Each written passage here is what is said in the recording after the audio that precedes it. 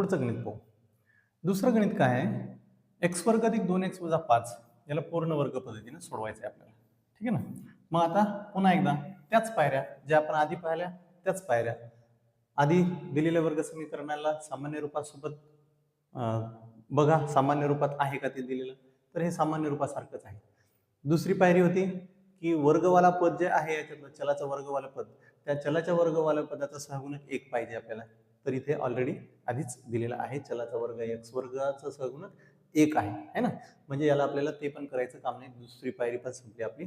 तिसरी पायरी आता याची तुलना करायची सामान्य रूपासोबत. मग मी तसं लिहितो, दिलेल्या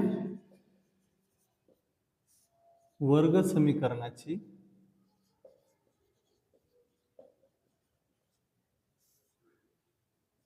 ax वर्ग अधिक bx अधिक c बरोबर 0 सोबत तुलना करू. मग तुलना करून काय होते, जे b मिळते, b म्हणजेच x चा सहगुणक, इथे काय आहे b किती येते मग इथे 2. मग आपल्याला b च्या नंतर काय काढायचं, b छेद 2 ची किंमत, म्हणजे याला 2 ने भागा लागेल. 2 भागिले 2 म्हणजे किती ते 1, किंवा याला असंही राहू दिलं तरी हरकत नाही. 1 घेतला नाही घेतला तरी पण b छेद 2 जसंच्या तसा राहू दिला तरी हरकत नाही. आणि नंतर मग b छेद 2 चा वर्ग घ्यायचा आहे आपल्याला, है ना. म्हणजे ह्याचा वर्ग म्हणजे 2 छेद 2 चा वर्ग, 2 छेद 2 चा वर्ग म्हणजे किती 1, 1 छेद 1 म्हणजेच 1 है ना. हे कटतील ना, 2 2 कटले 1 म्हणजे 1 चा वर्ग 1च. ठीक आहे. तर b छेद 2 चा वर्गाची किंमत आली आपल्याकडे आता, ती म्हणजे 1 आहे. ही 1 ही किंमत आपल्याला याच्यात ठेवावी लागणार आहे एकदा आणि काढायला लागणार आहे. मग आता b छेद 2 ची वर्गची किंमत दिलेल्या समीकरणात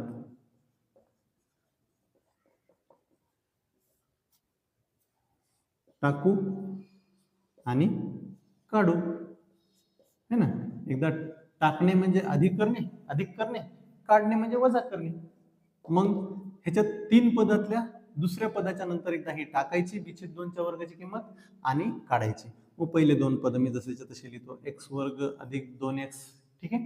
ह्याच्यानंतर ही किंमत टाकायची आणि काढायची आणि नंतरचं पद जसंच्या तसं लिहायचं. म्हणजे आपलं जे 3 पदाचं वर्ग समीकरण होतं त्याचे 5 पद झाले, 1 2 3 4 5. आता ह्या 5 मधल्या पहिल्या तिघापासून म्हणजे या तिघापासून पूर्ण वर्गरूप तयार करायचं. काय होईल याचं पूर्ण वर्गरूप सांगा बरं, x अधिक 1 चा वर्ग, बरोबर आहे का. आणि बघा ना याला सोडून, याला जर काय a अधिक b कंसाच्या वर्गाने सोडवतो म्हणलं तर काय होतं, याचं a चा वर्ग म्हणजे x चा वर्ग अधिक हे चिन्ह 2 गुणिला x गुणिला 1 म्हणजे 2x आणि अधिक 1 चा वर्ग म्हणजे 1 आलं ना. x वर्ग अधिक 2x अधिक 1 है ना. म्हणजे ह्याच्या ऐवजी मी पूर्ण वर्गरूप असं लिहू शकतो.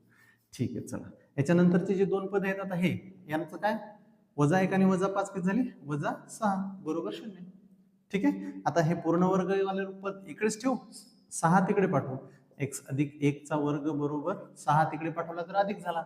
आणि आता एका बाजूला पूर्ण वर्ग पद आलं, मग याचा वर्गमूळ घेऊ म्हणजे आपल्याला कंस उघडता येईल, है ना. मग दोन्ही बाजूचे वर्गमूळ घेऊन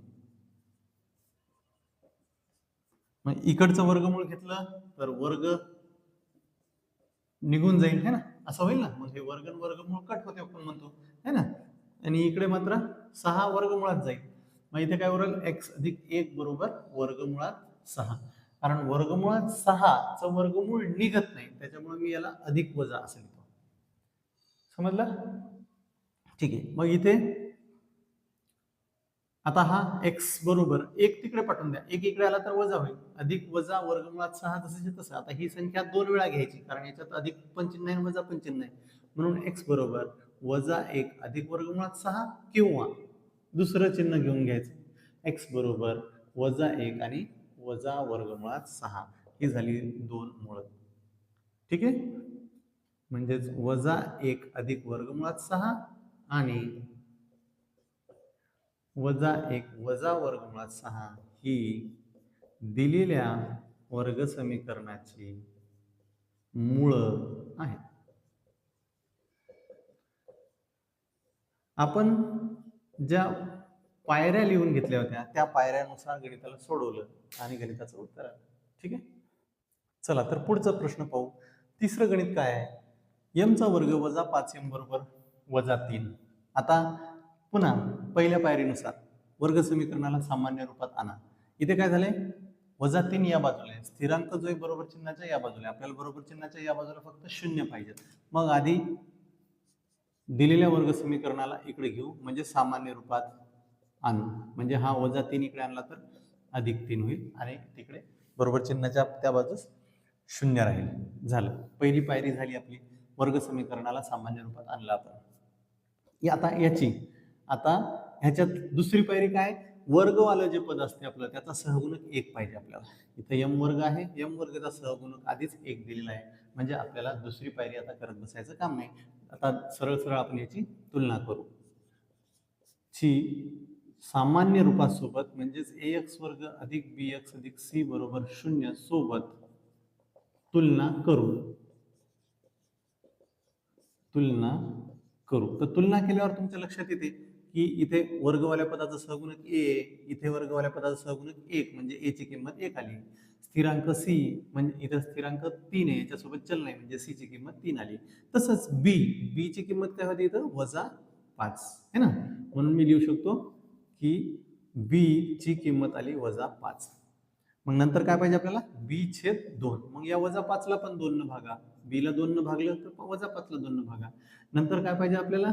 b/2 या किमतीचा वर्ग पाहिजे. म्हणजे इथं काय होईल? वजा 5/2 चा वर्ग. समजलं? आता वजा 5/2 चा वर्ग जरी घेतो म्हणलं तरी त्याचं किंमत काय येणार आहे? अधिक 5/2 चा वर्ग. कारण दोन्ही संख्येचे वर्ग सारखेच असणार आहेत, है ना. वजा 5/2 चा वर्ग काय आणि अधिक 5/2 चा वर्ग काय? वजा संख्येचा वर्ग आणि अधिक संख्येचा वर्ग तोच असते. मग आपल्या b/2 च्या वर्गाची किंमत आली 5/2 चा वर्ग. आता नंतरची पायरी काय होती की ही किंमत b/2 चा वर्गाची जी किंमत आहे ती आपल्याला या वर्ग समीकरणातल्या तिसऱ्या पदाच्या आधी एकदा ठेवायची, एकदा वजा करायची. मग b/2 चा वर्ग ची किंमत दिलेल्या वर्ग समीकरणात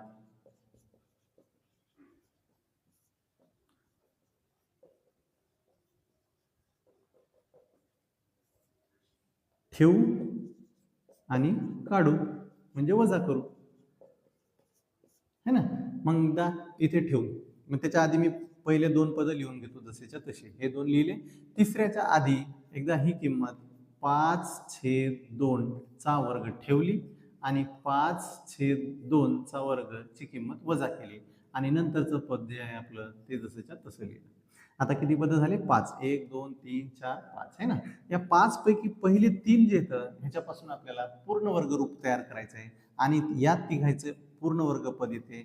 यम मधातलं चिन्ह वजा आणि यात दुसऱ्या पदाचा वर्ग, है ना. म्हणजे दुसऱ्या पद कंसाचा वर्ग. याला सोडून बघा, हेच येईल सगळे तिन्ही पद. जसं की पहिल्या पद यम आहे, यमचा वर्ग आलं, मधातलं चिन्ह वजा, नंतर 2 गुणिला पहिलं पद काय आहे? यम, आणि गुणिला काय आहे दुसरं पद? 5/2.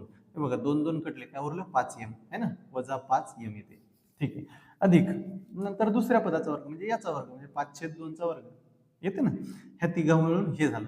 ठीक आहे ना. याचंच विस्तारित रूप हे आहे.